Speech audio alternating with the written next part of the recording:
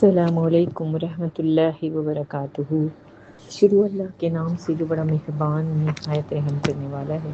اس دعا کے ساتھ شروع کرتے ہیں کہ اللہ پاک اس قرآن پاک کی فہم و فراست ہمیں نصیب فرمائے، اس کا پڑھنا سمجھنا، اس پر عمل کرنا ہمارے لیے آسان ہو، اور اللہ تعالیٰ اس کو ہماری بہترین مغفرت کا ذریعہ بنا دیجیے گا، اور اس کو ہمارے مرحومین کے لیے صدقہ جاریہ بنا دیجیے گا۔ رب اشرح لی صدری ویسر لی امری واحلل عقدۃ من لسانی یفقہوا قولی۔ ربی زدنی علما ربی زدنی علما ربی زدنی علما سبحانک لا علم لنا الا ما علمتنا انک انت العلیم الحکیم۔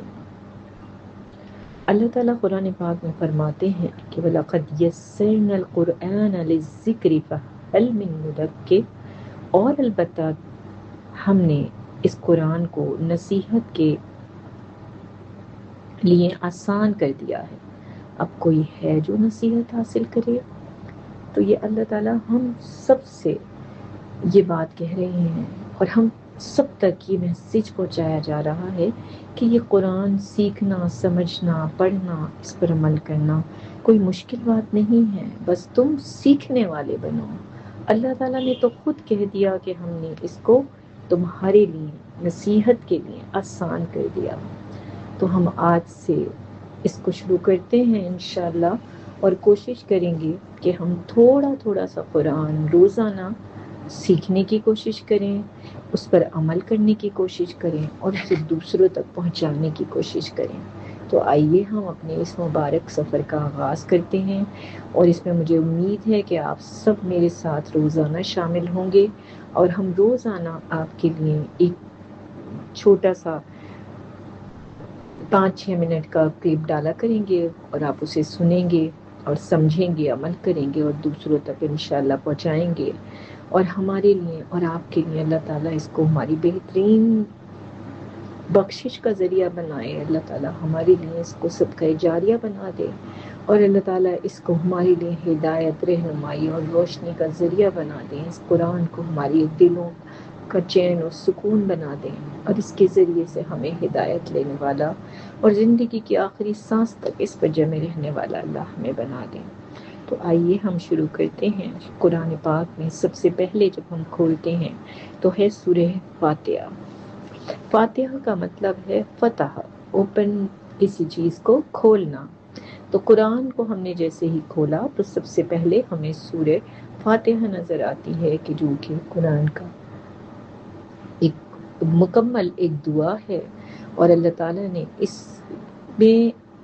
مومنوں کو سکھا دیا کہ جب تم یہ قرآن کھولو تو تمہیں اللہ تعالیٰ سے سب سے پہلے کیا مانگنا ہے۔ تو ہم دیکھتے ہیں، اعوذ باللہ من الشیطان الرجیم، بسم اللہ الرحمن الرحیم، الحمد للہ رب العالمین۔ الحمد یعنی کہ تمام تعریفیں للہ، اللہ ہی کے لیے ہیں، رب العالمین جو کہ تمام جہانوں کا پالنے والا ہے،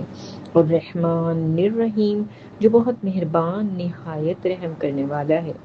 مالک یوم الدین جو مالک ہے روز جزا کا۔ اب یہاں تک جو 3 آیتیں ہیں، اس میں ہم نے اللہ تعالیٰ کی تعریف بیان کی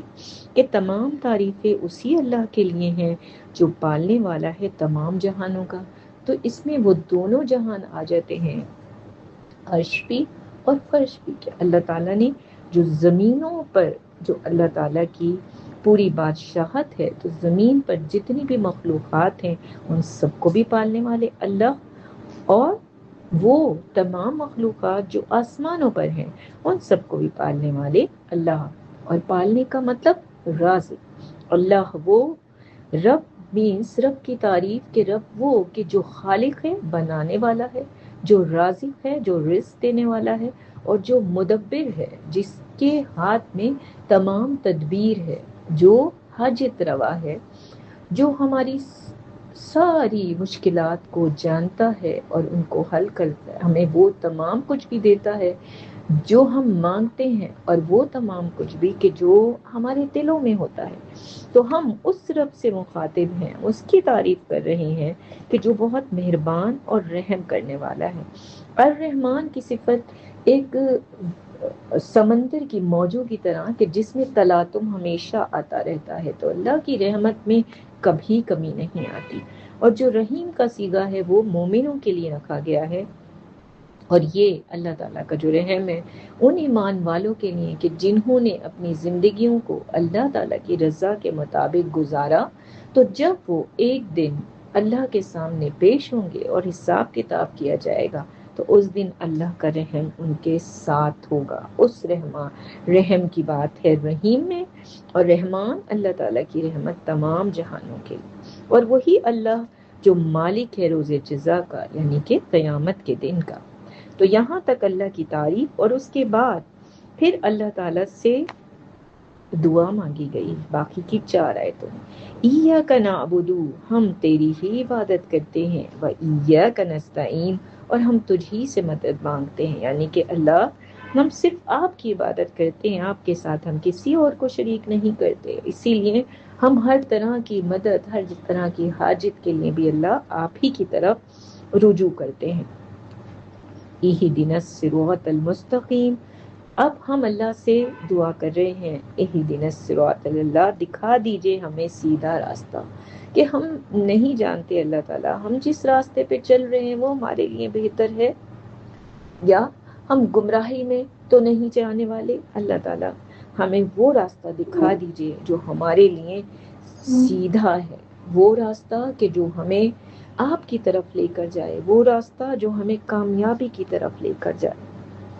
صراط کہتے ہیں راستے کو۔ صراط الذین، راستہ ان لوگوں کا، انعمت، انعام کیا جن پر آپ نے، غیر المغضوب، نہ وہ کہ جو غصہ کیا گیا، علیہم ان پر، اور ولدالین، اور نہ وہ جو گمراہ ہیں۔ اب راستہ تو اللہ تعالیٰ دکھا دیں، اس راستے کے بعد اللہ تعالیٰ ہمیں اس پر قائم بھی رکھنے والا بنائیے گا، ہمیں ان لوگوں کے راستے پہ چلائیے گا ہمیشہ جن پہ آپ نے انعام کیا، نہ کہ ان پر کہ جن پہ آپ کا غضب نازل ہوا۔ اللہ ہم جب تک دنیا میں رہیں، جب تک ہماری زندگی رہے، اللہ ہمیں اسی راستے پہ رکھیے گا جو آپ کی رضا کا راستہ ہو۔ ہم کبھی بھی اس راستے کی طرف نہ جائیں کہ جس پر چلنے سے ہمارے اوپر آپ کا غضب نازل ہو، یا اللہ تعالیٰ آپ ہم سے ناراض ہو۔ ہمیشہ اللہ ہمیں اس راستے پہ ہی چلائیے گا کہ جو آپ کی رضا کا راستہ ہے، جو ہمیں کامیابی کی طرف لے کے جاتا ہے، جس سے کہ آپ ہم سے راضی ہو جائیں۔ اور اللہ جب آپ ہمیں ہدایت کے راستے پر ایک بار لگا دیں تو پھر ہمیں اس سے کبھی بھی ہٹنے نہ دیجیے گا، ہمیں اس راستے پر ہمیشہ رہنے والا، قائم اور دائم رہنے والا، زندگی کی آخری سانس تک بنائیے گا۔ اور اللہ ہمیں ان لوگوں میں شامل کیجیے گا کہ جن کے اوپر آپ کی رحمت نازل ہوئی، جن کے اوپر آپ کا کرم نازل ہوا، ان لوگوں میں کبھی شامل نہ کیجیے گا جن پر آپ کا غصہ ہوا، یا جن سے آپ ناراض ہوئے، یا وہ کہ جو گمراہ ہو گئے۔ تو یہ بھی دعا بہت ضروری ہے کہ ہم اللہ سے ہدایت مانگیں، اور اس ہدایت کے ساتھ ہم اللہ تعالیٰ سے یہ بھی مانگیں کہ اللہ ہمیں اس ہدایت کے راستے پہ ہمیشہ قائم رہنے والا بنائیے گا، ہمیں کبھی بھی گمراہی میں جانے نہ دیجیے گا، اللہ ہمیں کبھی بھی ناکامی کی طرف نہ جانے دیجیے گا، اللہ ہمیں ہمیشہ اس راستے کی طرف رکھیے گا جو آپ کا راستہ ہے، جو آپ کی رضا کا راستہ ہے۔ اللہ ہمیں کبھی بھی اس راستے کی طرف نہ جانے دیجیے گا جو بھٹک گئے، جو لوگ جس راستے پہ جانے کے بعد وہ جو شیطان کا راستہ ہے، جو ہمارے دلوں میں شر و وسوسہ ڈال کے پیچھے ہٹ جاتا ہے، اللہ ہم آپ کی پناہ میں آتے ہیں، ہمیں ہمیشہ سیدھے راستے پہ رکھیے گا۔ تو یہ ہے دعا جو قرآن شروع ہوتے ہی ہمیں سکھا دی گئی، اللہ تعالیٰ نے سکھائی۔ اللہ تعالیٰ سے دعا ہے کہ اللہ ہمیں ہمیشہ اس قرآن کے راستے پہ چلنے والا بنائیے، اللہ اس قرآن کی ہمیں رحمت برکتیں، اللہ ہدایت نصیب فرمائیے، اللہ اس قرآن کو ہمارے دلوں کا چین اور سکون اور بہار بنا دیجیے، اللہ اس قرآن کے ذریعے سے ہمیں ہدایت لینے والا بنا دیجیے، اور اللہ ہمیں آخری سانس تک اس قرآن سے جوڑے رہنے والا بنائیے۔ اللہ اس قرآن سے ہمیں اس کے احکامات پہ چلنے والا، اس کی ہدایت کے اوپر عمل کرنے والا بنا دیجیے، اور ہمیں زندگی کی آخری سانس تک اس کے احکامات پہ چلنے والا، اس سے جڑے رہنے والا، اس کے حق ادا کرنے والا بنا دیجیے۔ ہمارے لیے آسان کر دیجیے اس قرآن پر عمل کرنا، اس کو دوسروں تک پہنچانا۔ آمین ثم آمین۔ السلام علیکم رحمۃ اللہ وبرکاتہ۔